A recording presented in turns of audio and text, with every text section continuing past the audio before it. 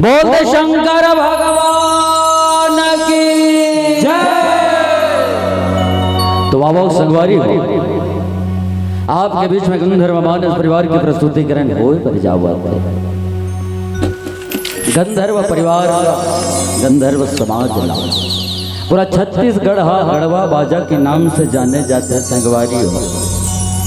ऐसा गढ़वा बाजा लधर के आपके पावन धरा धाम में आए डबरा गुदो मोहरी टिमकी।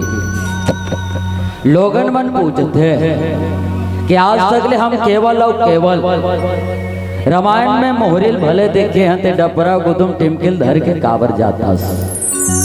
मैं सकल मानस ला बता देना चाहूँ संगवारी आज तमुरा के तार नंदा के गांव के वो गैया चरैया वो पहाटिया नंदा के हमार संस्कृति हमार सभ्यता हमार लोकगीत लोक धुन धीरे धीरे नंदावा जावत संगवारी।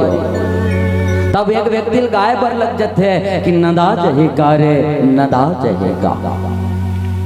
पहली ददरिया गावे खेत में धान लगावत अब वो ददरिया गवैया नंदा के हमार लोग धुन नंदा के संगवारी हो।